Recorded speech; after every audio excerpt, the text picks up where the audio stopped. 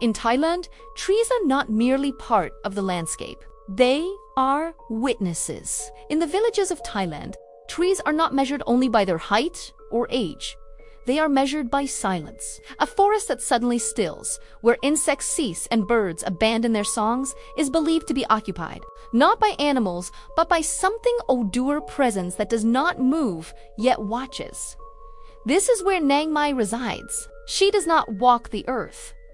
She inhabits it. Within the living body of a tree, she constructs a palace invisible to human-eyes chambers formed of sap and shadow. Corridors made of memory, a dwelling bound to roots that drink from centuries of soil. Those who cut such a tree without permission do not fall instantly. That would be mercy. Instead, the sickness comes quietly. Fever without cause, nightmares without meaning, a gradual erosion of the mind, until the victim no longer recognizes the difference between wood and flesh, dream and waking. Villagers say Nang Mai does not kill quickly. She waits. When Nang Mai reveals herself, she appears as a young woman, clothed in a pleated robe drawn tightly with a sash across her chest. Her hair falls to her shoulders, dark and unadorned, untouched by wind even when leaves tremble around her. But the spirit is not always female. When male, the spirit is known as Rukadeva, a tree deity who dwells in great banyan trees and towering forest giants. These spirits are guardians of large, ancient growth witnesses, 2 generations passing beneath their shade. Nang Mai herself prefers smaller trees, often near villages or pathways where human lives brush against the wild. When someone claims to see her, the village responds not with disbelief, but with immediate ritual. A cloth woven of 3 colors, red, yellow, and greenest, tied around the trunk. It is not decoration. It is recognition. From that moment, the tree belongs to the spirit, and no blade may touch it.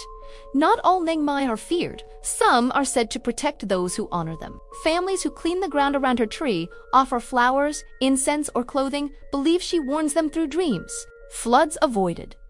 Accidents narrowly escaped, death delayed. But others are dangerous. There are Nang Mai, who lure men beneath moonlight, appearing as lonely women in forest clearings or at the edges of plantations. Those who follow may never return. Others return halothin, distant, obsessed with a particular tree they refuse to leave. Among the most feared are Nang Tani and Nang Takyon, spirits bound to banana and takyon trees. Yet there is a distinction strictly observed in belief. Spirits of humans who died by suicide and became bound to trees are not Nang Mai. Nang Mai is not born from death. She precedes it. Among all tree spirits, Nang Takyon is regarded as the most hostile. The reason is not her temperament, but her age. The larger the tree, the older the spirit within. Takyon trees, valued for their massive trunks and sacred wood, are believed to house immensely powerful guardians. Villagers say the sap reveals the truth. The more a tree bleeds, the more restless its spirit has become. To cut such a tree without ceremony is to invite madness. Even today, those who must fell a large tree perform rites of apology and request forgiveness. Failure to do so is believed to result in illness, insanity, or ruin that spreads through the family line. In the south, in Nakhon Si Thammarat, a story is still whispered. A king's daughter was once kidnapped, held for ransom as her captors fled through the forest. She did not survive the journey. Her body was hidden within the hollow of a great mango tree, concealed among roots and darkness. Death did not end her presence. Her spirit emerged powerful and demanding. Villagers began to worship her, believing she could protect bloodlines and bring prosperity.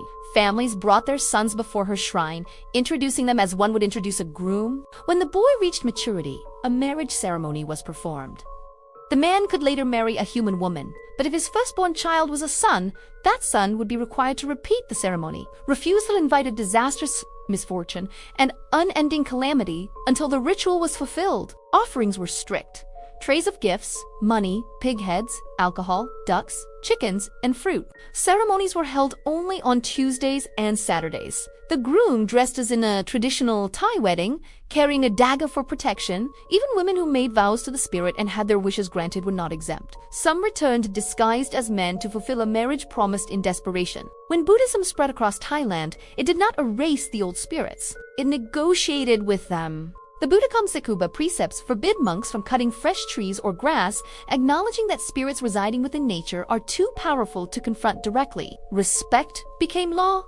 Fear became doctrine. At Wat Sung in Sao Ronghai district of Saraburi stands Sao Ronghai, the crying pillar. It is believed to house a female Nang Mai. When Bangkok was established as the capital, a decree ordered the most beautiful pillars from across the land to be brought for selection as the city pillar. Saraburi sent a massive tachyon pole discovered in Dong Phaya Yen forest, floating it down the Pa Sak River.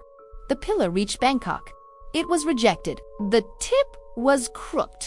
Legend says the spirit inside wept as the pillar floated back upstream. Villagers heard a woman crying by the river at night. The pillar appeared, drifted, and slowly sank near So High.